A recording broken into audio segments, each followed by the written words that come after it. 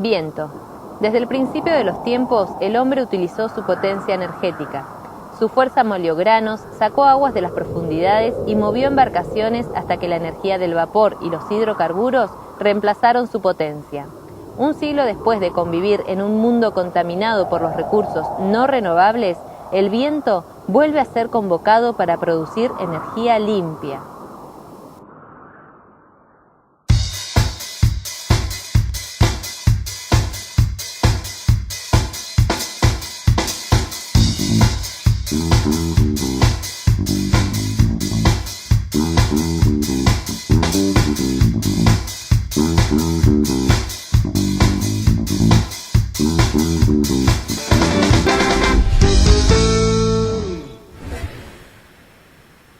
Bienvenidos a Código Rupestre, este espacio creado desde la Secretaría de Extensión de la Facultad de Derecho y Ciencias Sociales de la Universidad Nacional del Comahue. Recuerden que pueden comunicarse con nosotros a través de los teléfonos que aparecen en pantalla, buscarnos vía Facebook o ver y descargar los programas ya emitidos a través de nuestra página web www.códigorupestre.com.ar.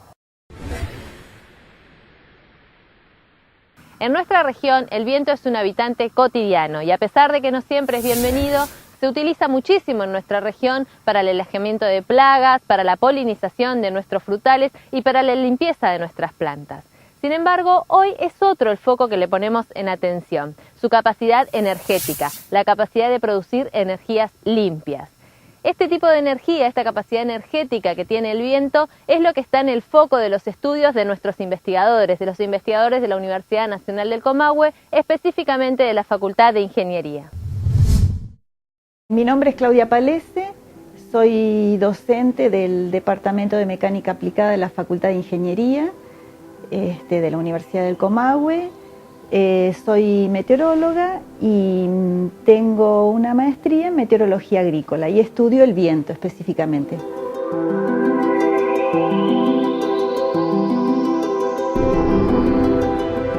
Para un aprovechamiento eólico lo que uno estudia, o digamos la forma en que trata de caracterizar el viento es a través de la velocidad media en el año o en un trimestre o por mes.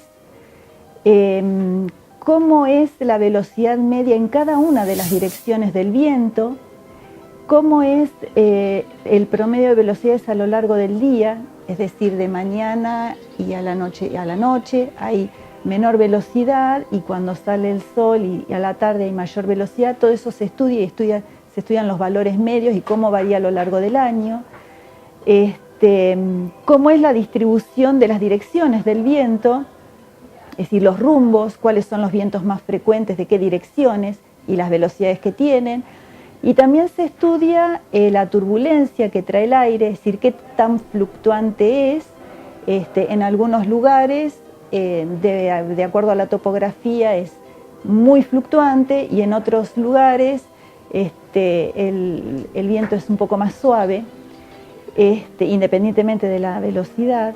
Y también uno estudia los vientos extremos, cuáles son las velocidades más altas que se pueden producir en una región, cada cuánto se producen esas velocidades altas, si cada 20 años, cada 50 años.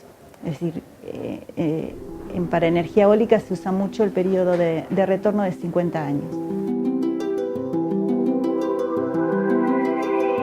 Está bien diferenciado a lo largo del año cómo son las intensidades del viento.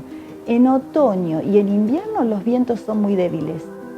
Y en primavera y en verano es cuando los vientos son mucho más fuertes. Y esto se debe a la posición, a la diferencia de posición a lo largo del año de los sistemas de presión que dominan el hemisferio sur.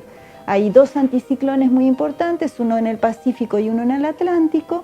Durante el verano, esos anticiclones, siguiendo, ¿no?, el movimiento solar, están más hacia el sur y más sobre el continente. Entonces hay mucha diferencia de presión en poco territorio. Eso genera muchos vientos. En vez en invierno está más al norte y más alejado del continente, entonces esa diferencia de presiones en la misma porción de territorio se debilita. Entonces los vientos son más débiles. Lo feo para la población en general es en nuestra zona árida, el viento arrastra mucho polvo. Entonces, además de la velocidad del viento, no es confortable desde el punto de vista de la tormenta de polvo que genera. Los vientos fuertes tampoco son muy buenos para la agricultura, en especial para la fruticultura, porque si estamos, por ejemplo, en la época de polinización, donde los chacareros traen las colmenas para que los cultivares se fertilicen, se polinicen, si hay vientos de más o menos entre 15 y 20 kilómetros por hora o superiores, las abejas no salen a trabajar, entonces eso es un perjuicio.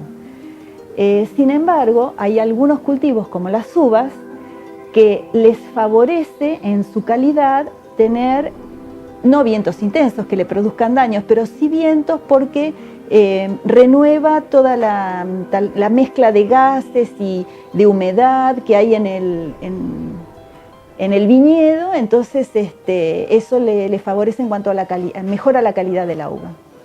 Esos son estudios que se han hecho. Los vientos muy intensos no solo afectan adversamente a la fruticultura, sino a la forestación, ¿no? Porque muchas veces se rompen ejemplares. O si estamos hablando de los cultivos de manzanas, peras o el resto de frutales, la fruta, si es la época de la fruta, se raspa contra las ramas o contra otras frutas, entonces quedan marcadas y esa fruta pierde calidad. Cuando se hace un estudio de factibilidad del parque eólico, no solo se estudia el viento, con todas las características. También hay un gran estudio económico de por medio y un gran estudio de impacto ambiental que va a generar la granja. Lo que se estudia es el nivel de ruido que va a provocar respecto de la población que haya alrededor de ese parque, ¿no? Entonces el ruido, cómo va a afectar a la fauna local, y también si está cerca de casas. Cuando las aspas se están dando vuelta, hay una sombra cíclica que se produce sobre si hay una casa o si hay una ciudad cerca, muy cerca, o un barrio o una vivienda única. Bueno, es una sombra que se produce cíclicamente y eso molesta mucho. Entonces también desde el punto de vista de la sombra que provocan las turbinas. Y después el impacto paisajístico. Entonces todo eso, el viento, lo económico y el impacto que va a tener en el área, todo eso es un proyecto digamos. El LEPEN hace años atrás gestionó la elaboración del mapa eólico provincial. Para eso reunió el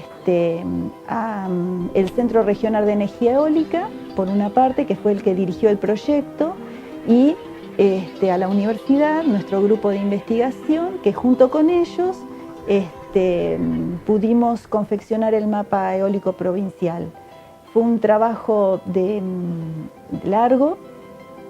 LEPEN se encargó de recolectar toda la información meteorológica de distintos organismos e instituciones privadas y públicas en la provincia para ver lo que había, y en base a eso, en lugares donde había baches en la red de información de viento, instaló estaciones meteorológicas, y con unos programas especiales del cálculo de los mapas eólicos, junto con la información de viento, es como se confeccionó lo que se llama el mapa eólico de la provincia.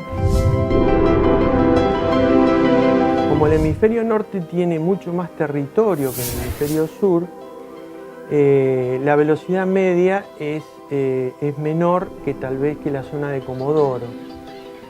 Por lo tanto, también como hay más territorio, hay más obstáculos, entonces las ráfagas son menores. En cambio, en la Patagonia en general, a igualdad de velocidad media con el hemisferio norte, las ráfagas son mucho mayores porque hay mucho menos territorio y hay mucho más mar. Entonces el viento puede trabajar de otra manera.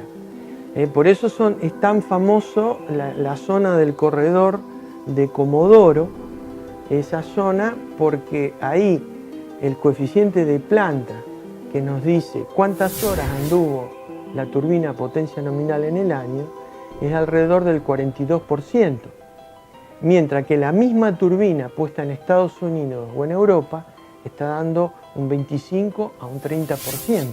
Un mapa eólico es una herramienta muy potente porque sobre la base de este mapa, por ejemplo el de la provincia de Neuquén, que en colores más rojos son las zonas con mejor recurso eólico y los verdes son con velocidades del viento más débiles. En este software, además de ver en colores las velocidades medias anuales, yo puedo recorrer punto a punto y en este sector de la pantalla, a través de estos parámetros, me va diciendo cómo es la característica del viento en donde está el cursor en este momento. Por ejemplo, en este lugar hay una velocidad a 67 metros de altura de 4 metros por segundo, pero no solo tengo eso, sino tengo unos parámetros que me dicen cómo es la distribución de frecuencias del viento. Es decir, en este lugar hay mayor cantidad de veces vientos fuertes o vientos débiles, porque eso finalmente es lo que interesa. Y ese lugar es muy distinto que en este del otro lugar, que a la misma altura, 67 metros, tiene, por ejemplo, 7 metros por segundo y otros parámetros.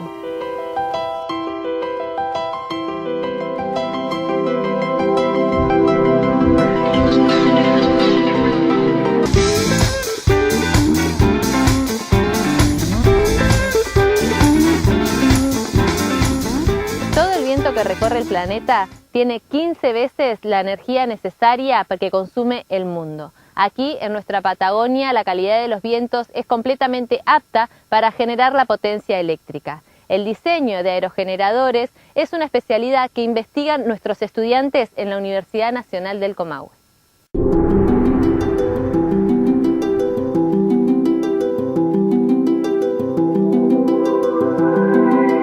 Si uno hace un aerogenerador pequeño, hay un tipo de tecnología. Si hace un aerogenerador, digamos, grande, de varios megawatts, es otra tecnología, son totalmente distintas.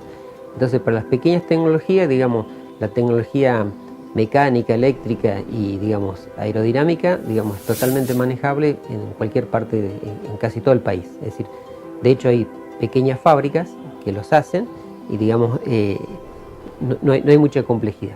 Si vamos a hacer aerogeneradores del orden del megawatt o 2 megawatts o más todavía, hay límites de tipo tecnológico.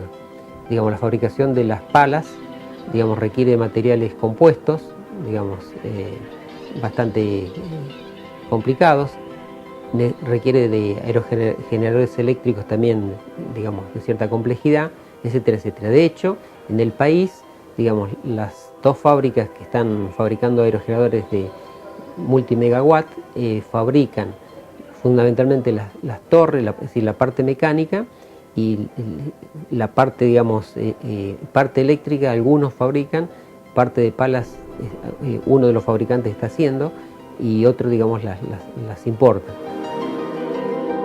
Ya hay prototipos en el mundo, son aerogeneradores que el eje está ubicado a 100 metros de altura, el rotor, es decir, el diámetro del rotor son del orden de los 110 metros, es decir, palas de 50 metros de largo, y, digamos, y ese es un límite tecnológico. Quieren hacer de 10 megawatts y todavía, digamos, se está estudiando la tecnología para llegar a eso. Si quiero obtener un aerogenerador que pueda producir 2 megawatts, el orden del diámetro está en los 70 metros de diámetro. Entonces tengo que colocar mínimo, digamos, el eje a una altura de 70 metros para que la pala, que tiene 35 metros de largo, digamos, no toque el suelo. Pero por otro lado, a medida que aumenta la altura, aumenta la intensidad del viento por la distribución de lo que se llama el perfil de capa límite de la atmósfera. Entonces, si voy más alto, hay más recurso eólico que estando más cerca del suelo. En general, los de eje horizontal son los más vistos, que son aquellos que tienen generalmente 2 o 3 palas, y las palas se parecen a hélices de aviones y digamos, tienen una forma aerodinámica parecida a un ala de un avión. Los de eje vertical en general, digamos, son un poco distintos. digamos, la gran diferencia si es de eje horizontal o vertical es donde está ubicado el generador eléctrico. El generador eléctrico es muy pesado, a medida que aumenta la potencia, digamos, pesa muchísimo. Entonces, si yo quiero obtener una potencia, por ejemplo, de 2 megawatts, ese generador eléctrico puede pesar varias toneladas y lo tengo que ubicar a unos 70, 80 metros de altura. Tengo que colocarle una torre, tiene que soportar todas las cargas, digamos, eólicas, más el peso, etcétera, etcétera. Si, digamos, uso uno de eje vertical, entonces como el eje es vertical, el generador eléctrico lo coloco en la parte inferior sobre el suelo y me ahorro la torre. El problema que digamos, desde ese punto de vista, los de eje vertical serían mejores, digamos, se ahorran, son más baratos, más económicos desde el punto de vista del ahorro de la torre. Pero desde el punto de vista de la producción de energía, no. Porque, digamos, si lo coloco cerca del suelo, tengo poca velocidad del viento, a igual diámetro de rotores. Si lo coloco a 70, 80 metros de altura, tengo mucho más viento. Y la potencia eólica es por la velocidad del viento al cubo. Entonces, digamos, económicamente son mejores los de eje horizontal para grandes parques eólicos. Después, en general, los de eje vertical se clasifican por dos tipos: los que funcionan por sustentación aerodinámica o por arrastre. Los que funcionan por sustentación aerodinámica son los que se parecen a sus aspas, sus palas, digamos, a alas de avión. Mientras que los que funcionan por arrastre, digamos, tienen una forma distinta. La eficiencia es, digamos, de 20, es decir, la eficiencia desde el punto de vista del aerogenerador es de 1 a 4 veces mayor los que funcionan por sustentación que los que funcionan por arrastre. El rol de la universidad es formar gente. Entonces, la formación de la gente es a través, en este caso, de materias optativas, y bueno, y está este doctorado, digamos, nuevo. Pero, digamos, con estudiantes los hacemos participar en proyectos de investigación y, digamos, en laboratorios especiales en estas materias optativas. ¿Qué es lo que pueden ver? Bueno, hacer ensayos de perfiles de parte de palas, es decir, la parte aerodinámica en un túnel de viento, construir, les enseñamos la tecnología así rudimentaria de cómo se construye una pala de un aerogenerador, siempre en escala pequeñas, y hacemos aerogeneradores pequeños, más que nada, digamos, para educar, fundamentalmente. Y estos son los futuros profesionales como ingenieros que, bueno, abastecerán el mercado eólico el día de mañana.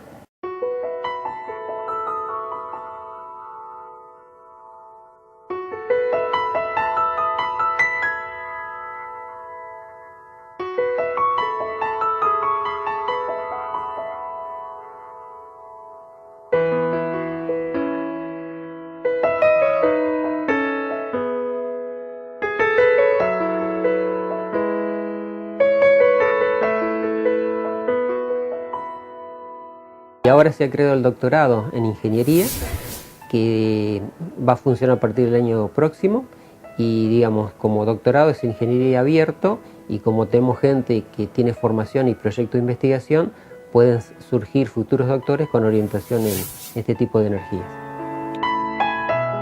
El sol calienta el aire con diferente intensidad si es sobre el mar o la tierra. Esta diferencia hace que el aire caliente suba y el frío baje, poniendo en movimiento la masa de gases atmosféricos. Ese movimiento es el viento. La rugosidad del terreno hace disminuir la velocidad del viento. Es por eso que a los molinos se los ubica en el extremo de altas torres.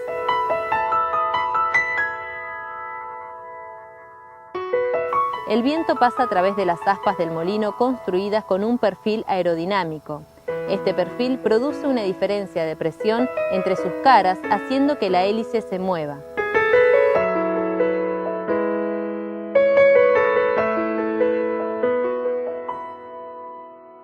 El eje de la hélice transmite el movimiento a un multiplicador que aumenta las revoluciones y las traslada al generador eléctrico.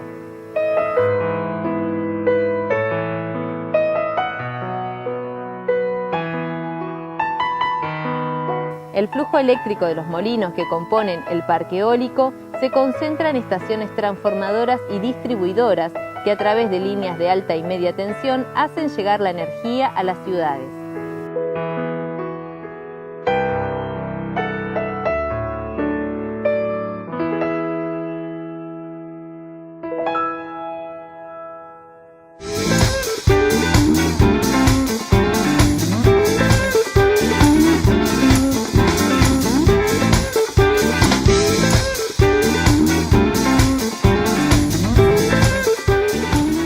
Hemos visto que los vientos tienen distintas características en diferentes partes del mundo. Por lo tanto, los aerogeneradores se deben adecuar a estas diferencias para aprovechar al máximo las cualidades del viento de cada región.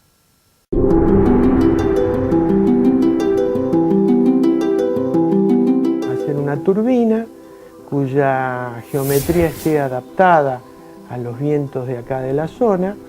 No elegimos una turbina de eje horizontal, sino una de eje vertical. Fue pensada por un francés en 1930 que se llamaba Darrieux. Nunca la construyó, pero sí los canadienses y el laboratorio de Indal Industries en Estados Unidos desarrollaron en la década del 80 y del 90, pero le erraron con el tipo de material, porque tenía fatiga.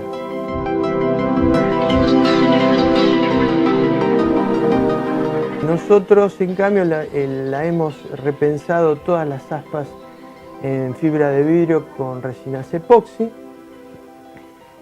o resinas poliéster, depende del tamaño, y con los frenos aerodinámicos que estamos estudiando, tratar de extender la velocidad máxima, que normalmente ahora es 25 metros por segundo para turbinas de más de 250 kilowatts, llevarlo a 30 metros por segundo.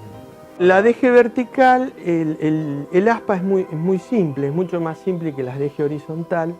Tal vez la forma que tiene hace que a veces sea un poquito complicado su moldeo, pero se hacen mucho más rápido que las de eje horizontal, que son combadas, alabeadas, en fin. Estas aspas reciban de donde reciban el viento de un lado o del otro, generan una fuerza de sustentación que les permite rotar. Tiene muchas otras ventajas. El rotor es simple, todas las partes pesadas están abajo, entonces no se necesita una grúa de gran porte, a menos que la máquina sea arriba de 1 megavatio. Para máquinas menores de 1 megavatio es mucho más fácil. Y por más que sea de 1 megavatio, yo no tengo que llevar las cosas. 1 megavatio estamos hablando 60 metros de altura. Yo no tengo que llevar la parte pesada a 60 metros de altura. A lo sumo tendré que llevarla a 20 metros porque está abajo.